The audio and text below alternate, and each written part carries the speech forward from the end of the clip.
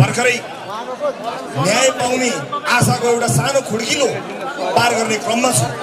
ममाथि अन्यायका श्रृङ्खलाहरू बाँकी नै छन्, तर मलाई विश्वास छ, मलाई एउटै कुरामा विश्वास छ कि आजसम्म सत्य हारेको छैन, त्यस कारणले सत्य हार्दैन भन्ने कुरामा विश्वास लिएर बसेको छु।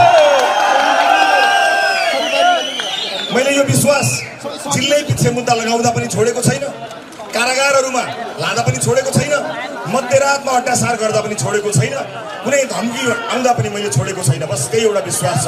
मसँग बाँकी रहेको भनेको एकमुखी सास र सत्यको साहस मात्रै हो, अरू मसँग केही पनि बाँकी छैन।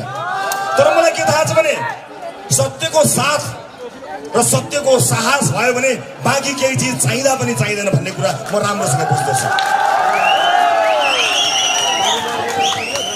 म यो सङ्गीन मोडमा बसेर कसैप्रति कटाक्ष गर्ने मूडमा पटक्कै छैन।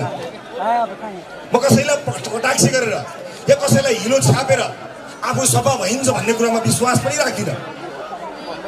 तर कसैले अनाहकमा छापेको हिलोलाई मैले आम नागरिक समक्ष पुछ्नै पर्छ, मैले बताउनै पर्छ। त्यसैले यो लडाइँमा यहाँहरूले हाम्रो एउटा आह्वानमा जुन साथ दिनुभयो, जुन हौसला दिनुभयो र विशेष गरेर हस्ताक्षर अभियान मार्फत अन्याय परेको कुरालाई अनुमोदन गरी 40 लाख जनताहरूले एकै स्वरमा तपाईँ एक्लो हुनुहुन्न भनेर मलाई भन्नुभयो, म त्यसका लागि ऋणी रहनेछु, आभारी छु।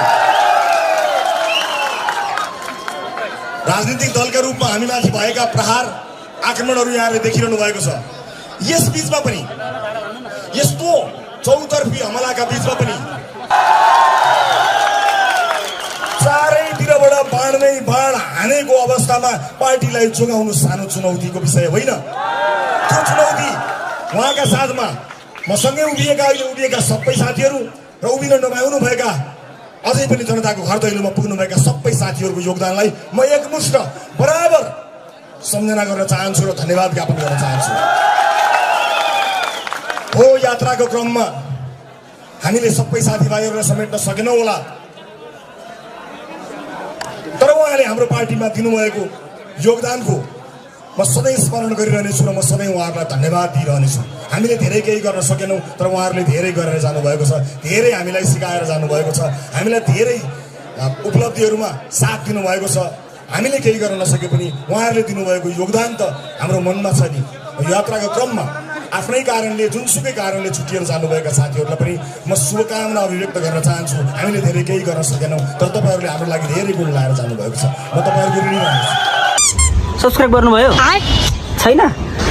गरिदिनु यार।